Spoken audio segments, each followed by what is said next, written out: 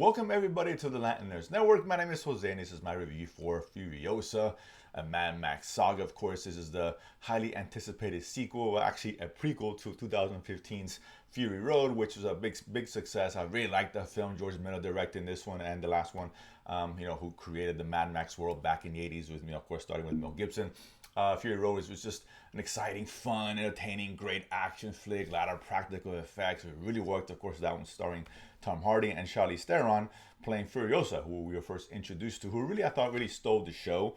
So why not make a movie about her? Why not here? But of course, now we have Anna Taylor-Joy reprising the role, a young version of Furiosa, and even a younger version of Furiosa, played by a different actress, a much younger actress. And the first hour of the film really focuses on her. Anna Taylor-Joy is not introduced to much later in the film, but as a young version, you really understand where she came from, what happened to her, why she had the motivation to become who we see now in Fury Road. Of course, Anna Taylor-Joy eventually does, reprise this role, and really, it's a simple revenge story. Essentially, she's just, hell bent on killing Chris Hemsworth character, who's an antagonist here, of course, the Mentis, who's kind of a madman in a world full of madmen. This is what this world really is about, right? This kind of post-apocalyptic movie. He has, designs of taking over the wasteland, of course, and, which includes the Citadel, Bullet Town, and Gas Town, which were all introduced in Fury Road. And, she just hell bent on killing him, right, for what he did to her. And, and I'll leave it at that, not to get too spoilery. But that being said, again, it's a simple story, and that's okay because we're not here for the story. We're here for the spectacle, right? This is what these movies have been about, particularly Fury Road. And I'm glad to say, listen, I really, really like this film. Now, it's definitely a step down from Fury Road. I don't think it's quite as good as that in many ways. This movie has some issues, but overall, as a whole, very good, entertaining. Again, you get the grand spectacle, the cool action scenes, not as much as what you get in Fury Road. But there's one in particular, which the first big action sequence in the middle of the film, which is really, really cool, which I really like, But, overall, listen, Chris Hemsworth is great. I think he stole the show as the villain here. You can tell he just deep dive right into his role. He's got some makeup, so it doesn't even look much like him, as much anyway. Anna Taylor-Joy is great, and both actresses are really good. I mean, she barely talks in the film, but she's got that look, that feel, that ferocity behind her. I really enjoyed it. That she did a really good job. The action for me was as good as it was. The big difference between this and the first film for me in terms of the action was the first had more, but that's fine. Was this they used CGI. The first one used very minimal CGI, and what was used you didn't quite notice all the time, right? Which was the way CGI should be used, right, to kind of complement what's going on.